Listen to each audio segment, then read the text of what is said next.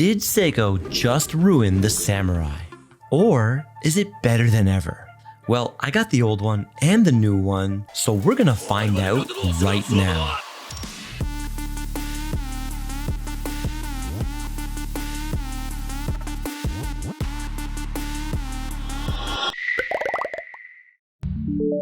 Introducing the new generation Seiko Samurai. And I know what most of you are thinking. Why did Seiko make such a drastic change to one of their best-selling models? Well, unlike Seiko's icons from the past, the Samurai is pretty modern. In fact, it just turned 20 this year. So Seiko decided it was time for a change. Don't get me wrong, the old Samurai still looked pretty great, but it didn't have that timeless look that, say, the Seiko Holy Trinity has. And as a Samurai fan, at first I was a little upset. But after spending some time with both the old and new, I can confidently say that Seiko did a great job, for the most part.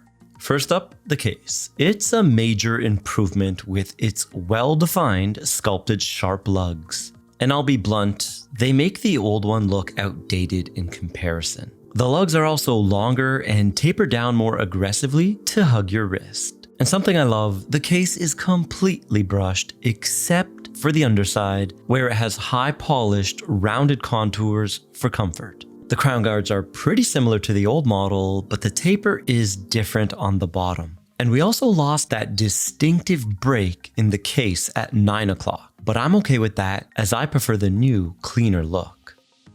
The bezel has the Samurai knurling grip and is unidirectional. But how does it feel and sound?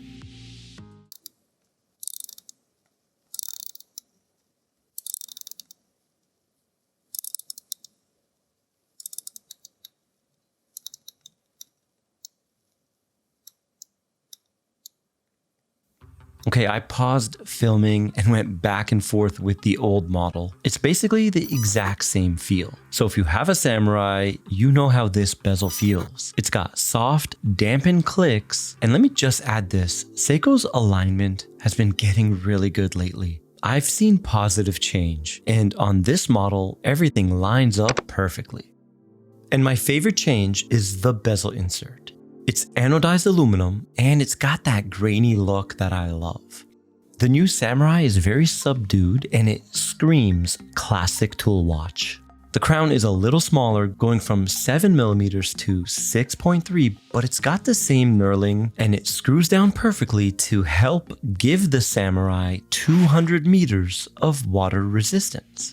Now let's do those dimensions. I got 41mm in diameter, bezel 41.6, and a secret measurement of 31mm. We got a thinner profile now at 12.3, and we got drilled lugs with a lug-to-lug of 49.4. But wait, don't let the long lug-to-lug number fool you. The faceted dramatic downturn makes the tips disappear, and it's a pretty cool effect. So I say it wears more like a 47 lug-to-lug. The watch also sits more flush and has a lower center of gravity. Now we gotta talk about the bracelet. It's 20mm and it tapers down to 18. The links are solid hexed oyster style, and it comes with the much hated pressed clasp and dive extension. It's also fixed via a pin and collar system, which not many people like. But I like that end link design. It doesn't fit perfectly, but the look really matches the case and those lugs. So well done there, but I prefer my Seiko divers on a rubber strap. I have some photos and reels with the new Samurai on the rubber, so make sure to follow my Instagram if you want to see more. Okay, now we gotta talk about the sapphire. The Hardlex. I admit it, I'm disappointed. I think it should just be sapphire from now on, but I suspect Seiko is only doing this to pave a path for a future King version release. But if you're a fan of aluminum like me, I'm sure the aftermarket will eventually offer some sapphire options for this model.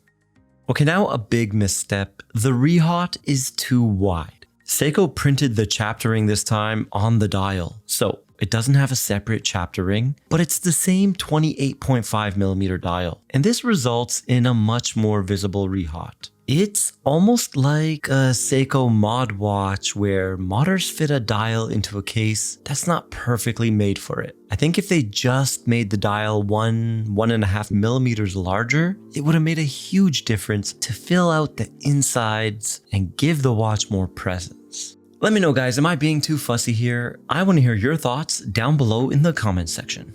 Now to some good news. That hour hand. It crushes the old stumpy short arrow. It now looks like a sleek carved from stone arrowhead or a Japanese kunai. The handset is completely brushed, and the minute hand, while looks similar, is sharper, and it even has an edge behind the pinion. And when we look at the seconds hand, it's more legible now. We got a larger lume plot, but I just wish they painted the tip like the old generation. The hour markers are new and do remind me of the Shogun, but I know Seiko just took the first generation Samurai indices and sharpened them. Now we are going to check out the lume. We got pressed hour markers for both, and when I flashed them with my UV light, they reflected different colors. So definitely the lume is different. They both glow green, and even though the new one has a smaller surface area, it looks to have a little more punch. I think the new Samurai is using Seiko LumaBright 2.0, and overall they are very similar, but I'll give the slight edge to the new one. Now let's shift our focus to the beating heart of the Samurai. Thankfully, it hasn't been upgraded to the 6R. We still have the 4R35, and that's a good thing. I find these movements frequently perform better than the more expensive 6R versions. So here we got 24 joules, 21.6 VPH hack hand wind automatic with 41 hours of power reserve. This movement is cheap to service and even replace, which makes it a perfect choice for your everyday robust beater watch. And speaking of affordable, what's the price tag for this new Samurai? Well, it's set at $575 USD. That's only $50 more than the previous generation SRPF13, which has hardlex and a bracelet, so apples to apples. That is a small increase considering the market we are in. And if you're not feeling it right now, give it some time. I'm confident that when they eventually make the King version, most of you guys are all of a sudden going to love this thing. But for me, there's something to be said for that subdued matte Seiko look. The Samurai is available right now at Kavar Jewelers. Email me down in the description if you want to discuss purchasing it. And if you made it this far, please do me a favor and hit that subscribe button so you won't miss future watch reviews. Thank you very much. I appreciate you, and I'll see you in the next one.